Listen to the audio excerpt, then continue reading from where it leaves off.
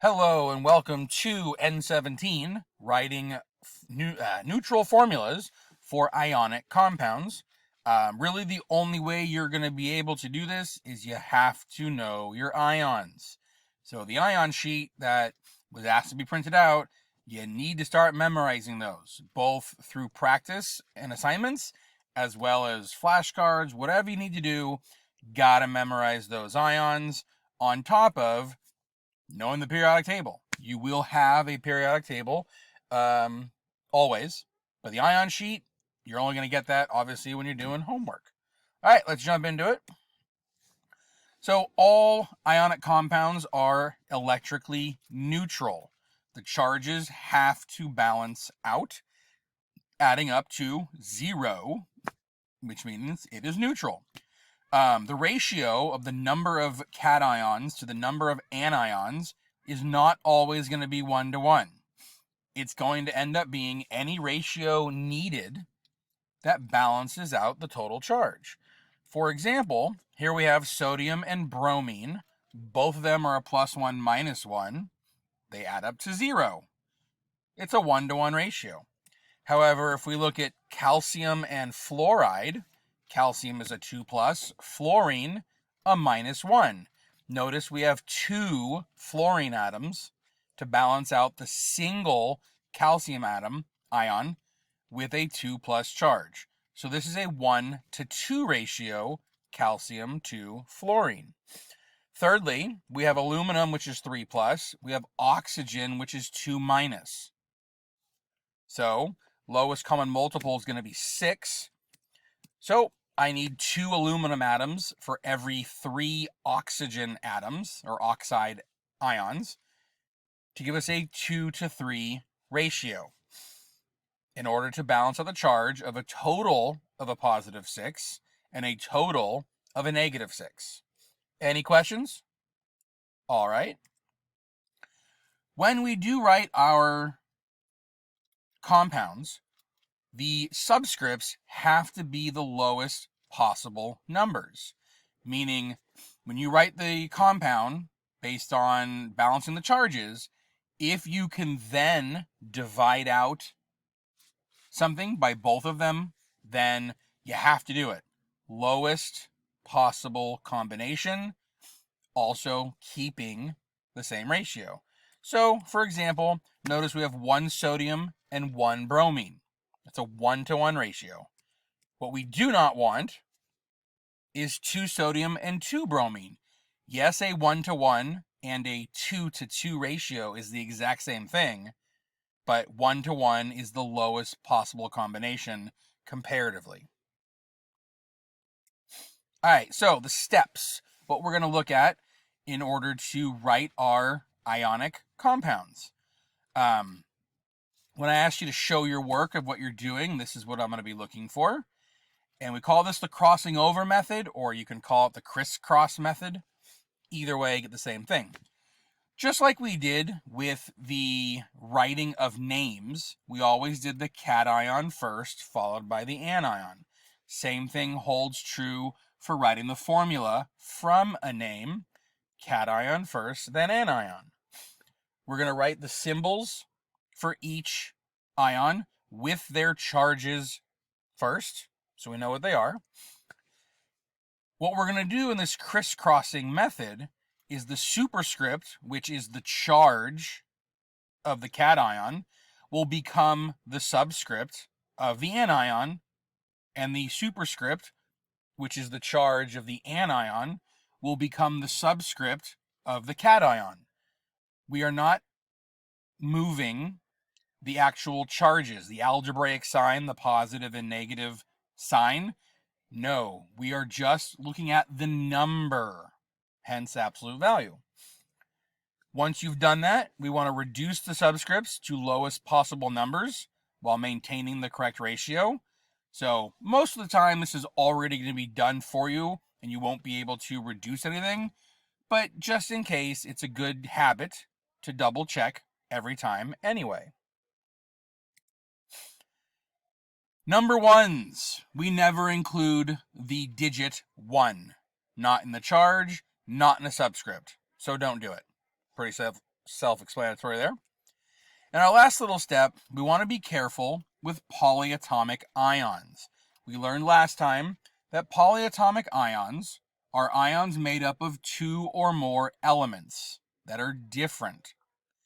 Now, 6a, all we're saying is, in your formula, if you need more than one polyatomic ion, you must put the entire polyatomic ion into parentheses, and the subscript will go outside of the parentheses. If you only need one polyatomic ion as part of your formula, then there's no parentheses needed. And we're going to see a couple of these examples as we go through this. Any questions? All right. All right, so our first one, barium fluoride. So steps 1 and 2 is write the charges and the symbol for the ions. So here's barium, column 2 of the periodic table. It's a 2 plus charge. Here's fluoride, the halogens, column 7, only needs 1 electron to have a full valence shell. So it's a -1. Well, step 3, crossover or crisscross the charges. The 2 from barium becomes the subscript of fluorine. The 1 from fluorine becomes the subscript for barium. And we get barium fluoride as a formula. Please notice there are no charges written in my final answer. All ionic compounds are electrically neutral. Therefore, no charges can be written, and you get BAF sub 2. All right, barium nitrate. Well, here's barium again, same thing. Nitrate is on your ion sheet. Nitrate is NO3-. Barium is monatomic. Nitrate is a polyatomic ion because it's made up of 2 or more elements. Well, again, crisscross the charges. The 2 from barium becomes the 2 with nitrate. The 1 from nitrate goes to barium. Now notice here, in nitrate, we need more than 1 polyatomic of this ion. Therefore, as you see here, I have parentheses in my answer. The 2 is not distributed throughout the ion. You do not write N2O6. All we're saying here, I need 2 polyatomic nitrate ions as themselves. All right, next one, ammonium sulfate. Well, here's ammonium on your ion sheet. It is a polyatomic ion. Here is sulfate on your ion sheet. Again, a polyatomic ion. Well, crisscross my charges. The 1 goes there. The 2 goes there. Notice ammonium is a polyatomic ion, and it has a 2. I need more than 1 of them. Therefore, I have to have parentheses. Please note, there are no parentheses around the sulfate ion because I only need 1 of them. Again, you only use parentheses around polyatomic ions when you need more than 1. All right, iron 3 chloride. Notice here the iron has a Roman numeral 3. Elements in the D block that have multiple oxidation states, i.e. multiple charges, you need to be given, excuse me, the Roman numeral to tell you the charge. So it's Roman numeral 3, therefore it is a 3 plus charge. Chlorine or chloride, halogens, 1-. Crisscross my charges, put it together, voila, FeCl3. Okay. Aluminum sulfide. Well, aluminum's in the 3rd column. It's a 3 plus charge. Sulfide, remember, the ending IDE represents a monatomic anion. Therefore, it is on the periodic table. Sulfide sounds like sulfur. So we know it's in the 6th column. Therefore, it's S2-. Crisscross my charges. Again, just the number, not the algebraic sign. Put it together, Al2S3. Again, no parentheses, because both of these ions are monatomic. Magnesium carbonate. Oh, magnesium, column 2 of the periodic table. It's a +2 charge. And carbonate, not on the periodic table. Got to look on your ion sheet. Carbonate is CO3 2 minus. Oh, crisscross my charges. We already know from the very beginning, they're both a +2 and a -2. They already balance each other out. So initially, I would have written it like this, based on what we've been doing.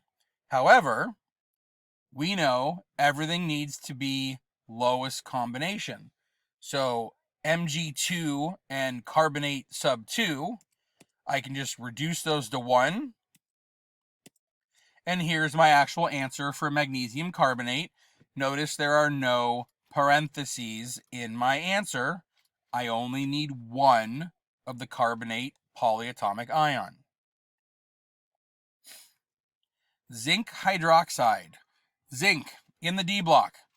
But there's no Roman numeral given, meaning zinc only has one possible charge that can exist, and it's a 2+. One of those things you just have to memorize and know. Hydroxide on your ion sheet, OH-. Crisscross my charges. Easy enough. Hydroxide is polyatomic. I need more than one, therefore I need parentheses. Aluminum phosphate. All right, aluminum is in the third column of the periodic table, so +3.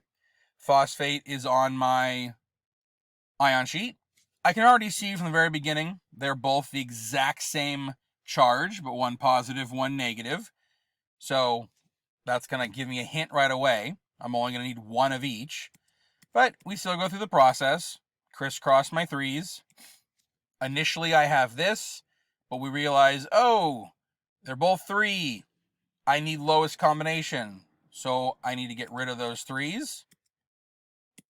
And now I have AlPO4, one of each ion. No parentheses needed. And I'm done with my example here. Any questions? All right, thank you very much. We'll see you next time.